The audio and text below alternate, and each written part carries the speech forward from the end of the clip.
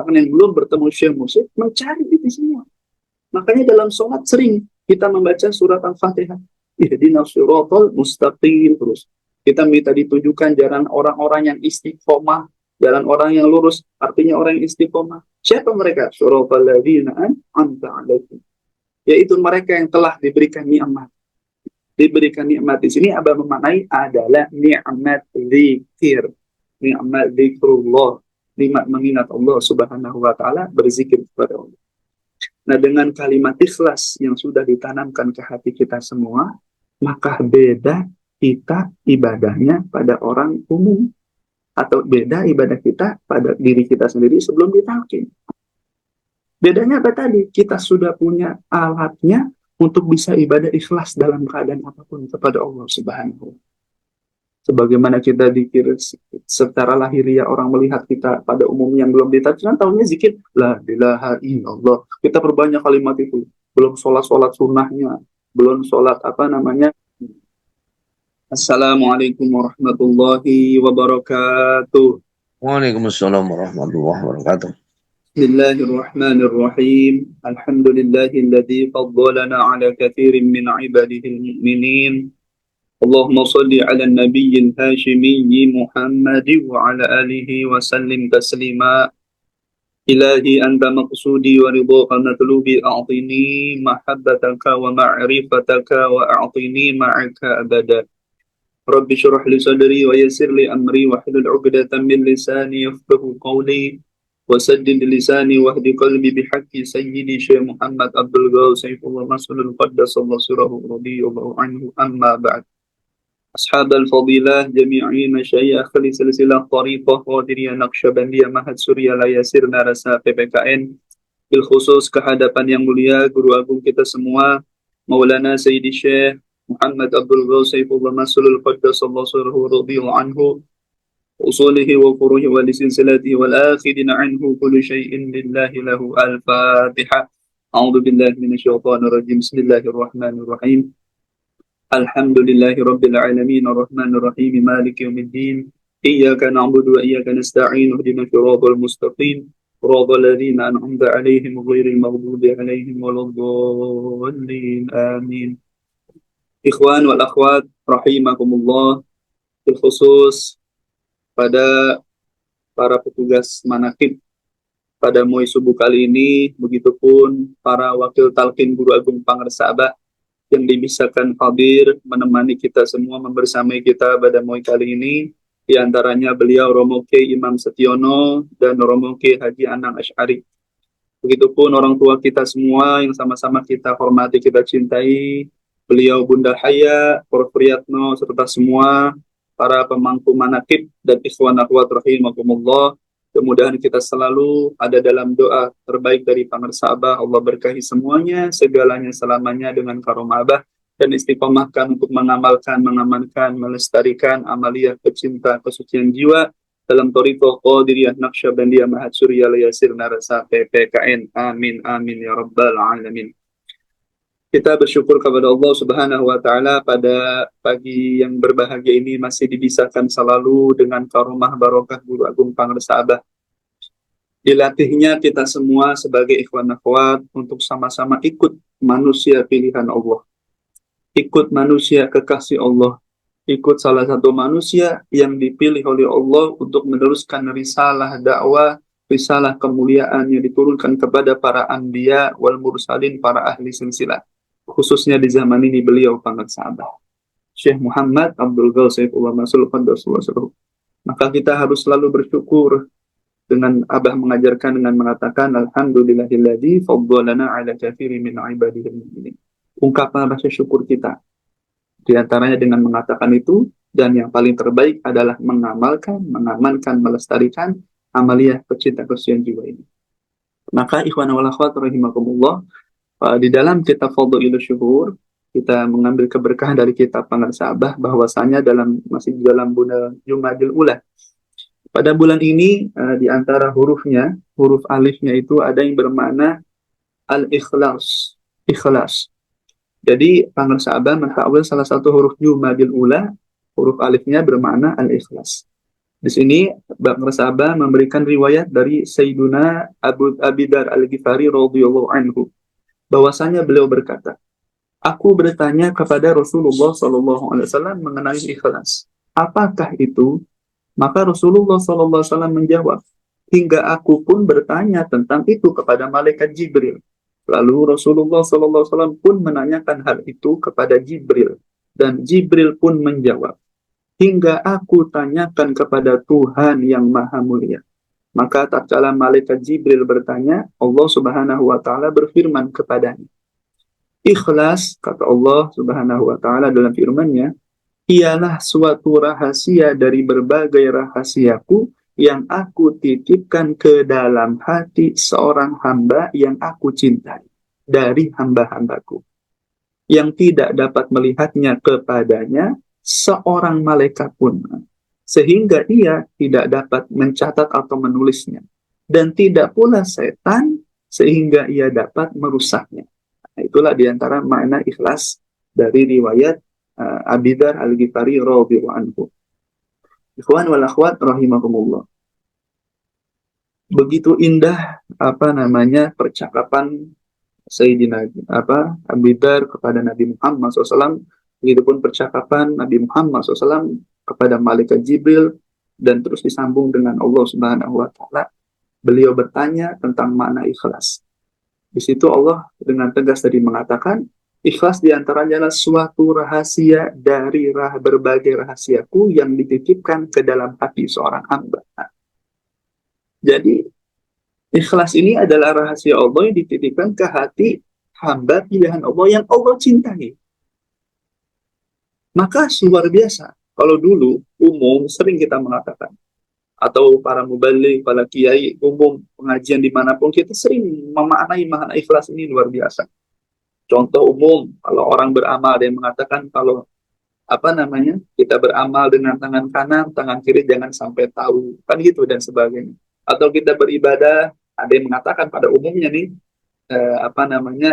tidak mencari perhatian siapapun, hanya tujuannya Allah Subhanahu wa taala dan sebagainya. Bahkan yang mengatakan juga kita ibadah itu tidak ada yang ketahui terkecuali kita dengan Allah Subhanahu wa taala dan sebagainya. Banyak yang memaknai ikhlas. Tetapi kalau kita fokus dalam riwayat ini bahwasanya dengan mudahnya seperti ini, bahwasanya ikhlas ini adalah rahasia, sekali lagi, yang Allah titipkan di hati hamba pilihannya Allah cintai. Dan kalau kita pahami dalam thariqah ini, ada sering mengatakan kalimat ikhlas adalah la ilaha illallah. Dan ikhlas sendiri tersebut sudah dititipkan kepadanya. Kepada siapa? Kepada hamba pilihannya. Saat itu, yang pertama menerima hak ini, diantaranya adalah Nabi Muhammad SAW melalui Ruhul Amin, malaikat Jibril dari Allah Subhanahu wa taala. Diturunkan dari hati sanubari beliau yang mulia tersebut. Katakan kalimat ikhlas tersebut, rahasia tersebut diturunkan kepada pewarisnya Sayyidina Ali, Sayyidina Husain, Sayyidina Ja'far Shadiq, Sayyidina Muhammad Baqir, terus kepada sampai kepada silsilah saat ini, yaitu Syekh Muhammad Abdul Ghasib Mas'ud. Jadi rahasia itu Allah titipkan ke hati hamba-hamba pilihannya. Apa itu? Ya ini yang berdenyut dalam hati kita. Dzikir khafi atau dzikir sir yang kita sebut. Itu diantaranya kalimat ikhlas yang sudah dititipkan di hati hamba-hamba pilihan. Nah, dengan kalimat itulah ikhwan akhwat rahimakumullah, segala aktivitas kita, ibadah kita, syariat zahir kita, ibarat lahiriah kita bisa bernilai baik di sisi Allah Subhanahu wa taala. Mendapat kebaikan. Kalau dulu ibarat kata kita ibadah, misalkan makna ikhlas itu ketika kita ibadah, pada umumnya kan kalau orang ibadah mau ada orang, nggak ada orang, itu biasanya ada perbedaan ikhwan akhwat. Maksudnya banyak orang yang ibadah itu ketika mungkin sedang di majelis umum, sedang di pengajian umum, sedang ada kajian dan segala macam, mungkin dia mudah melakukan amal soleh.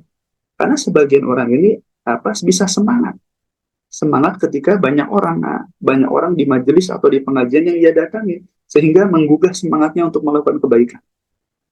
Ada lagi orang-orang di sini yang mau ada orang atau tidak ada orang, bahkan ada yang memuji atau tidak memuji dirinya, dia tetap beribadah kepada Allah. Ini juga bisa dimaknai dengan ikhlas. Artinya dia Allah Pangersabah mengatakan jangan pernah terganggu oleh apapun atau siapapun juga dalam melaksanakan amalia. Nah, itu di situ kita dilatih keikhlasan, ikhwan akhwat rahimakumullah. Sehingga dalam ikhlas tersebut kita terbiasa melaksanakan syariat agama ini yang Allah berikan melalui para pewarisnya, ditugaskan kita semua beribadah kepada Allah dengan sebaiknya. Namun dengan kalimat ikhlas di dalam hatinya kita yang telah dititipkan olehnya dengan melalui lisan suci, katakanlah Syekh Mursyid di zaman ini para sahabat. Nah, dengan kalimat itulah seorang hamba ini beribadah bisa merasakan namanya ikhlas, bisa ibadah itu dengan ikhlas. Artinya dia ibadah syariat, ibadah lahiriah dimanapun yang dia lakukan. Seperti di awal tadi, mau ada orang, tidak ada orang, mau ada yang memuji atau tidak, dan sebagainya, dia tetap istiqomah mengamalkan. Khususnya dalam thariqah amaliyah mursyid, katakanlah seperti itu. Makanya kita dilatih sama Abah. Sehingga ikhlas ini tadi bisa melahirkan istiqomah. Dengan adanya ikhlas bisa melahirkan istiqomah. Artinya continue dawam melaksanakan kebaikan-kebaikan secara istiqomah. Artinya dia tidak sibuk memikirkan atau tidak memperdulikan penilaian siapapun terhadap dirinya. Dia sibuk fokus saja kepada Allah Subhanahu wa taala, khususnya dalam melaksanakan amalia ini. Di antaranya tadi maknanya melaksanakan amalia ini sebagai tanda syukur, itu yang pertama di antaranya. Tanda terima kasih kepada Allah Subhanahu wa taala. Dan selanjutnya tanda syukur kepada gurunya yang menjadikan wasilah dia untuk bisa ibadah dengan baik kepada Allah Subhanahu wa taala. Sehingga sangat sulit ikhwan akhwat rahimakumullah kalau hanya sekedar membahas ikhlas tapi tidak prakteknya. Maka kalimat ikhlas adalah la ilaha illallah. Dan ikhlas tersebut tadi sudah dititipkan ke hati seorang pilihan hamba yang Allah cintai. Nah, dengan kalimat tersebut, dengan dzikir sir katakanlah tersebut, atau dzikir khafi yang kita kenal dalam thariqah ini, maka seorang hamba dimanapun, bagaimanapun keadaannya, dia bisa melaksanakan semua ibadah, bahkan aktivitas keseharian dia dengan ikhlas. Artinya hanya menginginkan Allah saja. Tujuannya hanya Allah, ridho Allah saja yang dia punya. Luar biasa ikhwan akhwat rahimakumullah. Bahkan saya teringat ada seorang ulama yang mudah kita pahami insya Allah seperti ini.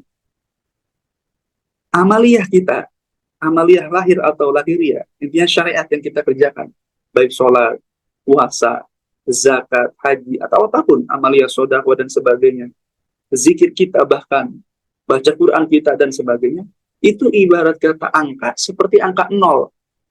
Sholat kita 0, syahadat kita 0. Itu ada ulama mengatakan gitu. Ada ulama mengatakan ibadah kita seperti angka 0 semuanya.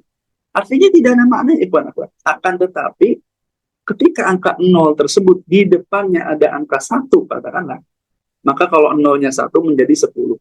0-nya 2 menjadi 100. 0-nya 3 menjadi 1000, 10.000, 1 juta, 1 triliun, terus tidak bisa ternilai.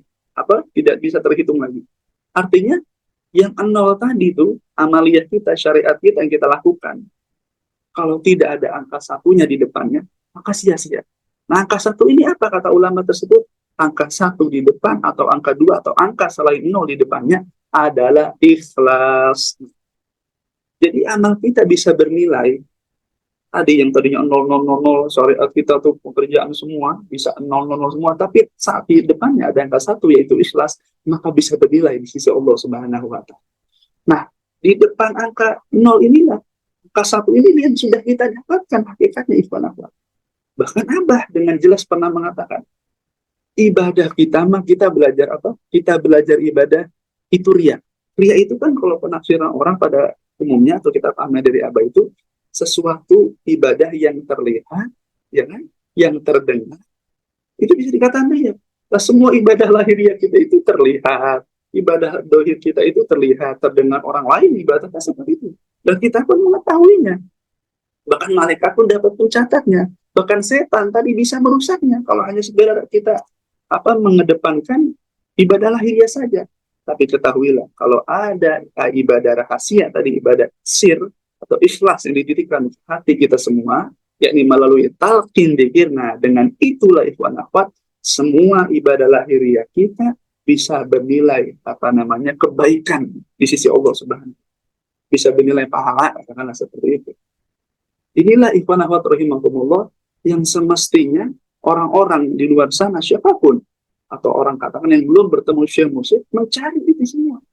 Makanya dalam sholat sering kita membaca surat Al-Fatihah. Ihdinas siratal mustaqim terus. Kita minta ditujukan jalan orang-orang yang istiqomah, jalan orang yang lurus, artinya orang yang istiqomah. Siapa mereka? Siratal ladzina an'amta 'alaihim. Yaitu mereka yang telah diberikan nikmat.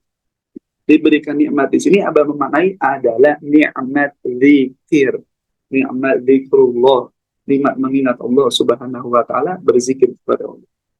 Nah, dengan kalimat ikhlas yang sudah ditanamkan ke hati kita semua, maka beda kita ibadahnya pada orang umum atau beda ibadah kita pada diri kita sendiri sebelum ditalqin.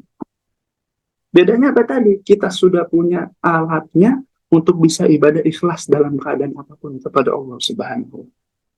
Sebagaimana kita dikir secara lahiriah orang melihat kita pada umumnya yang belum ditajkan, tahunya zikir la ilaha illallah. Kita perbanyak kalimat itu. Belum sholat sunnahnya, belum sholat belum manakibannya, belum amalia-amalia yang lainnya yang kita ketahui dalam amalia mursyid. Ini kan kalau pada umumnya ikhwan akhwat kan lumayan dahsyat ibadah ini. Karena di atas rata-rata. Kayak ibarat kata kita menghidupkan maghrib dan isya, sunnah mursyid itu, amalia mursyid, maghrib isya saja, itu luar biasa, dipadetin sama abah. Dari mulai maghrib sampai isya kita full ibadah. Bahkan sekarang terus disambung maksudnya dengan isya. Tidak putus antara maghrib dan isya. Luar biasa. Belum amaliyah malamnya, katakanlah ada sholat sunnah, sholat amaliyah malam, dimulai dari ibarat diawali dengan syukuril wudu, taubat, hajat, belum tahajudnya, belum tasbihnya, belum witirnya.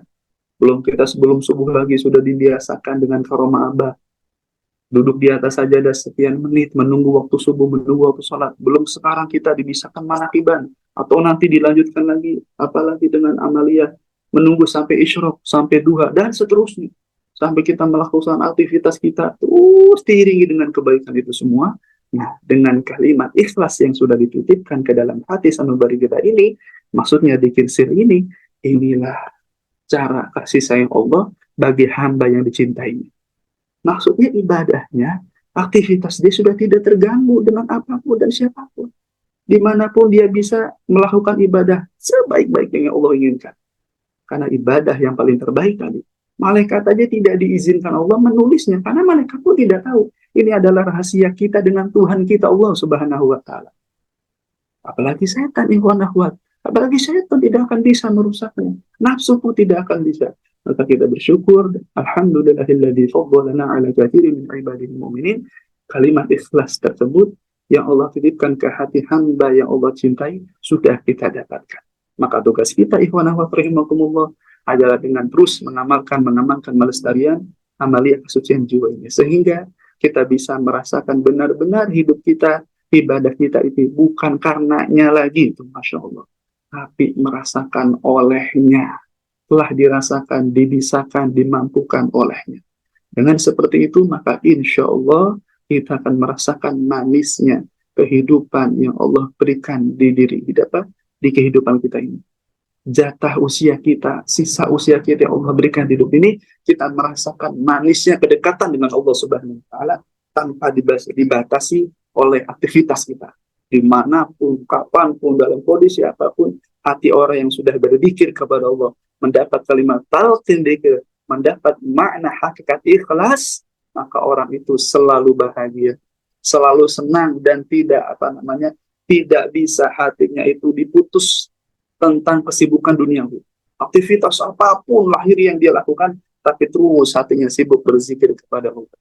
Inilah kalau orang-orang yang dia talqin dzikir, dia sudah istiqomah, maka bisa merasakan manisnya ibadah kepada Allah Subhanahu wa taala. Masya Allah, luar biasa ikhwan Allah.